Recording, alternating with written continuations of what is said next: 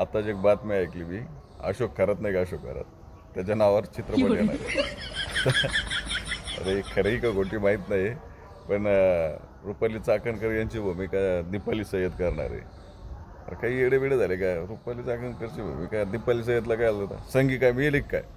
संगीला काय येत नाही काय? मग संगीला द्या थोडंफार, तिच्या तोंडाला थोडंसं घोळसा पावडर बिवडर लागलं तर मी देतो खर्च, पण संगीला करू दे ना चाकणकर ताईची भूमिका. मग आता अशोक खरात लीड रोलला कोण असणार आहे काय माहीत नाही.